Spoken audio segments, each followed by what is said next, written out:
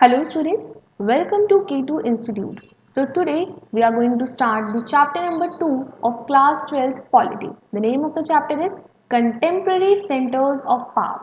Contemporary means at that particular time. अभी हम लोगों ने फर्स्ट चैप्टर में बात की थी कि किस तरीके से वर्ल्ड वॉर 2 के बाद वर्ल्ड जो था वो एक बाईपोलर वर्ल्ड में कन्वर्ट हो गया था। बाईपोलर मीन्स वर्ल्ड के अंदर मेजरली दो पावर्स बची थी और सब लोग वहीं पे अलाइन खुद को कर रहे थे। Those power were USA and USSR. ठीक है, देन हम लोगों ने बात करी कि ये जो दो आपकी डिवीजन हुए थे ये आइडियोलॉजी के बेसिस पे हुए थे। That means USA was the country जो कैपिटलिस्ट आइडियोलॉजी को फॉलो करता था, वेयर एज अगर हम बात करें यूएसएसआर की, so that was following the communist ideology.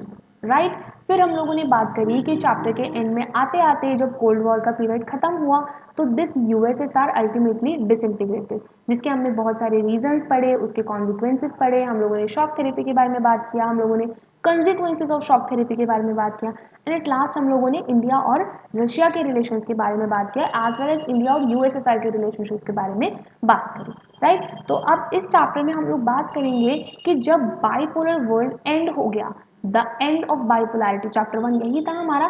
तो जब ये बाइपोलर वर्ल्ड एंड हो गया तो इसके बाद अल्टीमेटली वर्ल्ड में क्या आया? क्या यूएस से एक यूनिपोलर वर्ल्ड बना देगा या फिर छोटी छोटी पावर्स इमर्ज होकर आएंगी जो कि वर्ल्ड को एक मल्टीपोलर वर्ल्ड में कन्वर्ट कर देंगी? तो अब सेकेंड चैप्टर आपको ये आंसर दे देगा।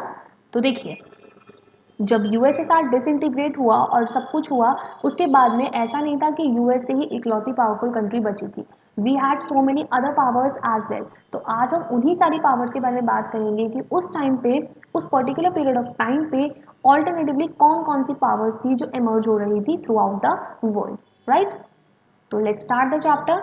After the end of the bipolar structure of world politics in the early 1990s, हम लोगों ने बात करी थी किस तरीके से 90s में यूएसएसआर फाइनली डिसइंटीग्रेट हो गया था।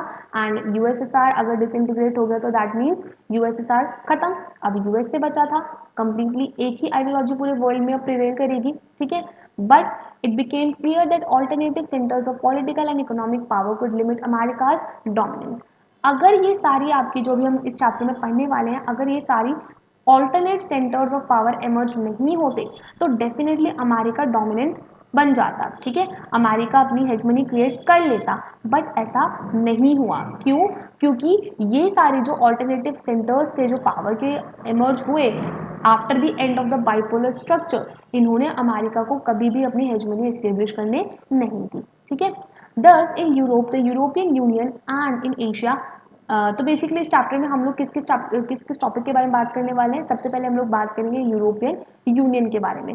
अभी तक हम लोग बात कर रहे थे कि भाई there were two power, USSR and USA. अब यूएसएसआर खत्म तो अब यूएसए बचा। अब लेकिन यूएसए के साथ में और भी कौन सी आपकी पावर्स इमर्ज करी, हम लोग उसके बारे में बात करेंगे। तो एक पावर थी आपकी यूरोपियन यूनियन। देन हम लोग बात करेंगे आसियान के बारे में। आसियान की फुल फॉर्म आप देख सकते हैं, आसियान की फुल फॉर्म होती है the association of the south east Asian Nations. ठीक है, अभी मैं इसको मैप में भी आपको शो कर दूंगी, so it will be clear to you. ठीक है, देन हम लोग बात करने वाले हैं इस चैप्टर में कुछ और ऑर्गेनाइजेशंस की, जैसे कि आपका या कुछ और ऐसी कंट्रीज की जो पावर में आ रही थी उस टाइम में। फॉर एग्जांपल आपका चाइना बहुत ज़्यादा इमर्ज कर रहा था, चाइना बहुत ज़्यादा ग्रो कर रहा था उस टाइम में। तो एक हम लोग यूरोपियन यूनियन की बात करने वाले हैं, एक आसियान के बारे में बात करने वाले हैं, देन हम लोग चाइना के बारे में बात करेंगे, जापान के बारे में बात करेंगे, and then we will talk about Korea as well.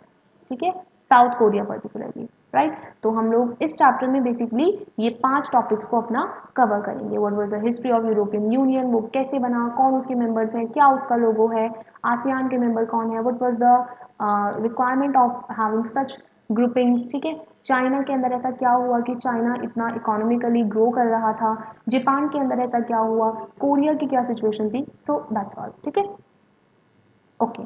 While evolving regional solutions to their historical enmities and weaknesses, both the European Union and ASEAN have developed alternative institutions and conventions that build a more peaceful and cooperative regional order and have transformed the countries into the region into the prosperous economy.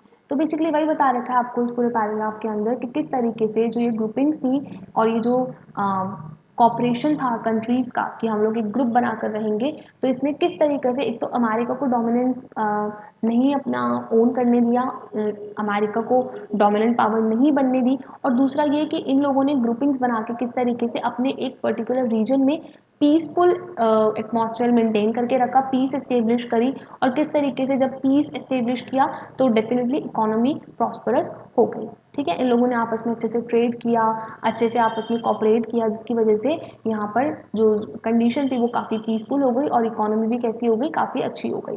The economic rise of China has made a dramatic impact on the world politics.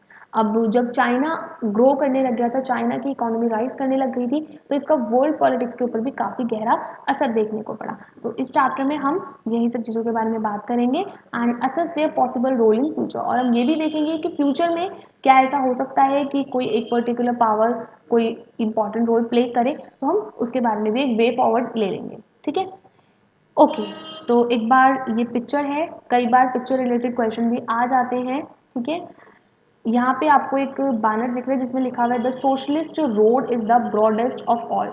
Socialist एक ऐसा concept है, socialism मतलब कि सबका भला हो। ठीक है, तो ऐसा कहा जाता है, ऐसा माना जाता है जापान के अंदर कि सोशलिस्ट रोड जो है वो सबसे ब्रॉडेस्ट है।